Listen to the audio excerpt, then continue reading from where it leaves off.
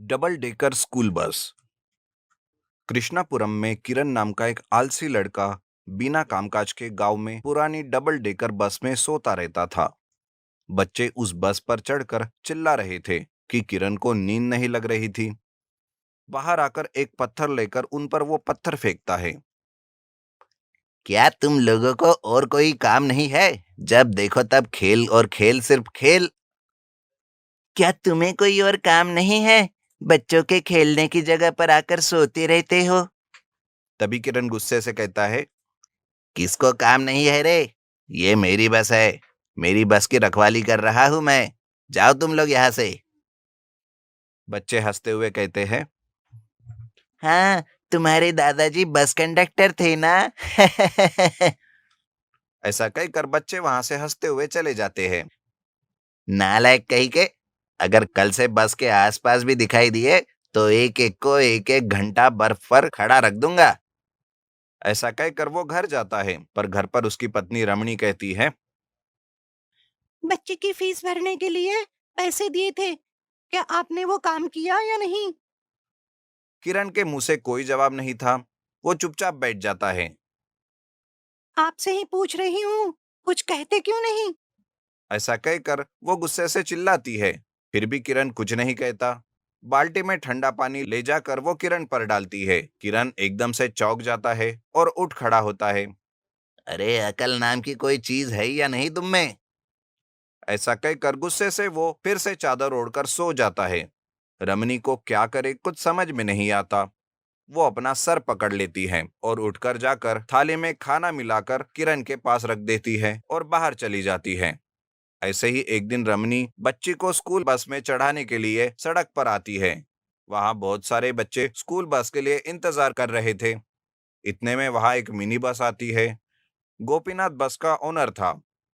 बस के पास आकर वो देखती है तो बस में बहुत सारे बच्चे थे। बस में बच्चों को बैठने के लिए जगह भी नहीं थी। तो गोपीनाथ ने बस के ऊपर लकड़ियों से गोल बांधकर कुछ बच्चों को उसमें भी बिठाया हुआ था। बच्चों को लाए पेरेंट्स सब एक दूसरे का चेहरा देखने लगे। वो ड्राइवर हॉर्न बजाता है। और कितनी देर लगाओगे? टाइम हो रहा है, जल्दी आपने बच्चों को ऊपर चढ़ाओ। बाप रे, बच्चों को ऊपर बिठाना कितना खतरनाक होगा। वहां के बाकी पेरेंट्स भी कहते हैं, हाँ हाँ, अगर ऐसा है तो हम हमारे बच्चों को स्कूल नहीं भेजेंगे। तभी ड्राइवर गोपीनाथ कहता है, यहाँ कोई स्कूल बस नहीं है। मैं बहुत कम पैसों में बस चला रहा हूँ। सिर्फ यही एक बस है। चढ़ाना है तो चढ़ाओ, वरना खुद की बस रख लो। गोपीनाथ बस लेकर वहां से चला जाता है। पेरेंट्स को कुछ समझ में नहीं आता। तब रमनी को एक ख्याल आता है। वो कहती है, इसे तो अकल सिखानी होगी। ऐसा करने के लिए हमें खुद एक बस खरीदनी होगी। ये सुनकर पेरेंट्स कहते हैं, क्या बस खरीदनी होगी? ये कहकर वो चुप हो जाते हैं, लेकिन रमनी बहुत सोचती है। कोई जरूरत नहीं है। जो पैसे हम इस बस के लिए भर रहे थे, उन्हीं पैसों से हम एक बस बना लेंगे। मेरे साथ आओ। रमनी उन लोगों को अपने साथ उस पुरानी बस के पास ले जाती है और कहती है, ये हमारी बस है। इसे हम सब मिलकर कम पैसों से ठीक करवा लेंगे, तो हमारे बच्चों के लिए हमें डरने की कोई जरूरत नहीं रहेगी। रमनी के ऐसा कहते ही सारे पेरेंट्स एक दूसरे के चेहरे को देखने लगते हैं। तुम्हारा सुझाव बहुत अच्छा है। तुरंत हम सब मिलकर इसे ठीक करते हैं। सारी मिलकर बस को रिपेयर करते हैं। उस बस को नए रंग डालते हैं। किरण बस में सो रहा था। रंग भरकर उस बस को नई बस में वो बदल देती है। रमनी ड्राइवर बन जाती है और गांव में बच्चे डबल डेकर बस को देखकर खुश हो जाते हैं। वे बस चढ़कर स्कूल जाने लगते हैं। उसके ऊपर नीचे उतरकर एंजॉय कर रहे थे। रमनी का अच्छा खासा मुनाफा होता है, जिससे गोपीनाथ की बस कोई नहीं चढ़ रहे थे। उसका व्यापार भी ठप्प पड़ जाता है। वो गुस्से से जंगल जाता है। वहां एक पेड़ पर रेड और ग्रीन कलर में दो पत्थर थे। पहले लाल रंग का चमकता पत्थर वो लेकर हवा में उड़ाता है। वो एकदम से एक पक्षी के रंग में बदलकर, पंख लगे आदमी में बदलकर आसमान में उड़ते हुए आकर स्कूल बस को अटैक करता है। बस के ऊपर किरण चादर ओढ़कर सो रहा था। बच्चे कहने लगते हैं, अरे अरे, देखो देखो पक्षी। ऐसा कहकर बच्चे चिल्ला रहे थे। रमनी एकदम से बस का ब्रेक डालती है। बस पर सो रहा किरण एकदम से उठकर पक्षी के सर को पकड़ लेता है। पक्षी अपनी नाक से उस पर हमला करती है। किरण चादर से पक्षी के चेहरे को लपेट देता है। तुम्हारी इतनी हिम्मत कि तुम हमारे बच्चों पर अटैक कर रही हो। ऐसा कहकर वो गुस्से से उसे मारने लगता है, जिससे पक्षी जाकर एक पेड़ से टकराता है और नीचे गिर जाता है। किरण भी नीचे गिर जाता है। अरे बाप रे, आज मैंने बहुत फाइट किया है, थोड़ी देर सोना पड़ेगा। ऐसा कहकर वो पक्षी पर ही सो जाता है। अब देखो मैं क्या करता हूँ। गोपीनाथ पेड़ पर रखे ग्रीन स्टोन्स को पकड़कर हवा में उड़ाता है। तब वो स्टोन्स एक छोटी सी मैजिक स्टिक्स में बदल जाती है। मैजिक स्टिक्स बस के पास पेड़ के नीचे सो रहे किरण को पक्षी के पंखों से उड़ाकर मारती है। किरण उड़ते हुए जाता है। मैजिक स्टिक्स किरण के सर पर लगती है।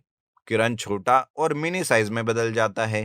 अरे बाप रे, मेरा आलसीपन इतना काम कर गया। किरण के ऐसा कहते ही पक्षी उठकर बस के पास आता है।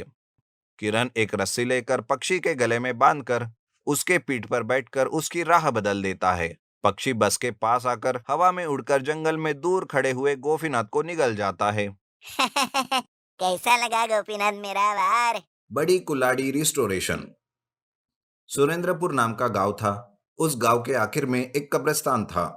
उस कब्रिस्तान का रखवाला मल्लेश मुर्दों के लिए कब्र खोदा करता था और वहां आए हुए लोग जो पैसे देते थे उन पैसों से वो अपने परिवार का पालन पोषण करता था। उसका बेटा और बेटी एक सरकारी स्कूल में पढ़ रहे थे। एक दिन दोनों बच्चे खाना ना खाने की जिद कर रहे थे। उनकी माँ चिटमा उन्हें मना रही थी खाना खाने के लिए। इतने में मल्लेश आता है। बच्चे मल्लेश को गुस्से से देखकर रूठ जाते हैं। मल्लेश पूछता है, क्या हुआ? क्या हुआ चिट्टी? रोज काम में जाकर आते ही बच्चे मेरे गले लग जाते हैं। आज नहीं आए, इसका मतलब वो गुस्से में है। ये बात मैं जान गया। क्यों, सही है ना?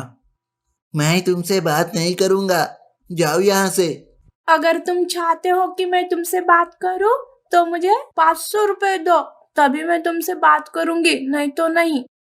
ये हुई ना बात। तुम हो मेरी असली बेटी। मैं भी जब तक मेरे हाथ में पैसे नहीं आते तब तक गड्ढा नहीं खोदता।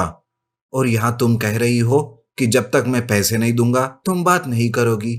ठीक है बेटी, ये बताओ कि तुम्हें पैसे क्यों चाहिए? बच्चे गुस्से से बिना बात किए अंदर कमरे में चले जाते हैं। यह देख मल्लेश अपनी पत्नी से पूछता है, क्या बात है चिट्टी, बच्चे क्यों रुठ गए हैं? वो लोग 1,000 रुपए मांग रहे हैं। कमरे में गए बच्चे चुपके से दरवाजे के पीछे खड़ा होकर यह सुन रहे थे कि पिताजी उनके 1,000 रुपए के लिए क्या कहेंगे। इस बात को मल्लेश जान लेता है और वो कहता है, क्या 1,000 रुपए? इसका मतलब है मुझे एक दिन में गांव में 4 गड्ढे खोदने होंगे, तब जाकर 1,000 रुपए मिलेंगे। वैसे उन लोगों को इतने पैसे की क्यों जरूरत है? वो बच्चों को स्कूल में टूर पर ले जा रहे हैं। एक बच्चे के 500 रुपए मांग रहे हैं। अच्छा अच्छा, ये बात है। तो हमारे बच्चे उस टूर पर जाना चाहते हैं, क्यों बच्चों? हाँ पिताजी। ऐसा कहकर दोनों बच्चे मल्लेश के पास भाग कर आते हैं। मल्लेश बच्चों को 1,000 रुपए देने का वादा करता है। बच्चे खुशी से अपने साथियों के साथ टूर पर जाने का सोचते हैं कि अचानक से बारिश शुरू हो जाती है। एक हफ्ता बीत जाता है, एक भी मुर्दा नहीं था। बच्चे भूख के मारे तड़प रहे थे। यह देख मल्लेश बहुत उदास हो जाता है। हे शिव जी, आपका ही भरोसा है, मुझे कोई मार्ग बताइए। ऐसा कहकर वो शिव जी से प्रार्थना करता है कि एक आदमी छाता पकड़े हुए मल्लेश के घर आता है और मल्लेश को पुकारता है और कहता है कि उसका पिता मर गया और मल्लेश को गड्ढा खोदना है। मल्लेश उस आदमी को हाँ कर देता है। वो आदमी मल्लेश को पैसे देकर वहां से चला जाता है। मल्लेश उस बारिश में ही गड्ढा खोदने लगता है। उस गड्ढे में उसे एक पुरानी जंग लगी हुई कुल्हाड़ी मिलती है। वो उस कुल्हाड़ी को लेकर घर आता है। उसकी पत्नी कुल्हाड़ी देखकर कहती है, ये खराब हुई कुल्हाड़ी का क्या करोगे? रहने दो चिट्टी, इस कुल्हाड़ी को ठीक करवा कर मैं जंगल जाकर लकड़ियां काट लूंगा और उन्हें बेचूंगा। एक काम पर ही रहने से पैसे नहीं मिल रहे हैं। उसकी पत्नी को भी वो बात ठीक लगती है। एक दिन मल्लेश वो कुल्हाड़ी लेकर गांव के बाहर एक छोटा सा डेरा डाले हुए कुल्हाड़ी बेचने वाले के पास जाता है। मल्लेश उस आदमी को उस मिट्टी में मिली हुई कुल्हाड़ी को दिखाता है। इस कुल्हाड़ी को ठीक करना है भाई। वो आदमी उस कुल्हाड़ी को लेकर उसे गर्म करता है और उस पर हथौड़े मारने लगता है। जैसे ही वो मारता है, उस कुल्हाड़ी पर लगा हुआ जंग निकल जाता है और वह सोने के रंग में चमकने लगती है। जैसे जैसे वो आदमी उस कुल्हाड़ी पर मारता जाता है, उसमें से पैसे आने लगते हैं। वो दोनों उस कुल्हाड़ी को आश्चर्यचकित होकर देखने लगते हैं। जैसे वो हथौड़े से मार रहा था, पैसे आ रहे थे। तो पैसे बांट लेते हैं, ये बात तुम किसी से मत कहना। ऐसा कहकर मल्लेश उस आदमी से वादा लेता है। उन पैसे और कुल्हाड़ी को लेकर वो घर आता है और सारी बात अपनी पत्नी को बताता है। बस कुछ ही दिनों में मल्लेश एक नई गाड़ी और घर खरीद लेता है और वो कब्रिस्तान की रखवाली का काम छोड़ देता है। गांव वाले यह सब देखकर आश्चर्यचकित होते हैं। कब्रिस्तान की रखवाली करने वाले के पास इतने पैसे कहाँ से आ गए, ऐसा कहकर लोग बातें करने लगते हैं। मल्लेश किसी को कुछ नहीं बताता। गांव वाले भी इस बात को छोड़कर अपने अपने कामों में लग जाते हैं। एक बार मल्लेश के घर में दो चोर आते हैं और पैसे देने वाली कुल्हाड़ी को देखकर उसे चुरा कर भागने की कोशिश करते हैं। तब अचानक से वो कुल्हाड़ी एक कंकाल में बदल जाती है और हंसने लगती है। यह देख दोनों डर के मारे भाग जाते हैं।